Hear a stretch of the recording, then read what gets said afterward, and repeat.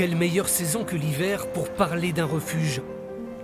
Tête nue face à la pluie, sans foi rapiécé, celui-ci semble tenir, ou en tout cas résister, dans la houle du temps. Mais pour bien le comprendre, il faut d'abord pousser la porte, trouver le gardien. Cette ferme a, grosso modo, 250 ans. On entend la charpente qui craque, qui gémit par moments.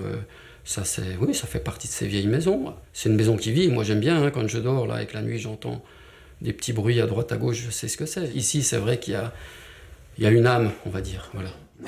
Cela fait 30 ans que Georges Santi vit ici, uniquement l'hiver, dans un recoin du chalet, ce qui en fait le doyen des gardiens dans le massif. C'est ma niche, comme je dis, 3 mètres carrés, avec le bureau et le lit, tout simplement, tout simplement.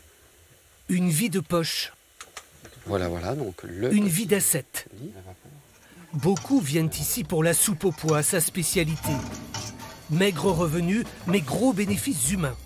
Et ce ne sont pas les éternels marcheurs ou skieurs pressés de s'asseoir qui diront le contraire.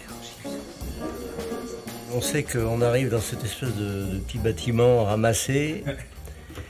On a l'antichambre où on dépose tout le matériel. Et quand on rentre là, il y a un calme. Et puis, il y a la personnalité de Georges aussi, parce qu'il est relativement silencieux. Et tout ça est en harmonie. Une forme d'harmonie de plus en plus menacée par le réchauffement climatique. Des hivers en yo-yo. Dans ces conditions, les refuges ont-ils encore un avenir? Il y a un recul de l'hiver, là, c'est évident. C'est pas une vue de l'esprit. Et puis, c'est surtout une météo très chaotique. L'origine première du refuge, c'est la neige. Donc c'est pour les randonneurs qui font une grande traversée du Jura, à ski ou à raquette. Donc forcément, ça aura un impact. Georges Santi effectue tous ses ravitaillements à ski, sans motoneige, sans pétrole.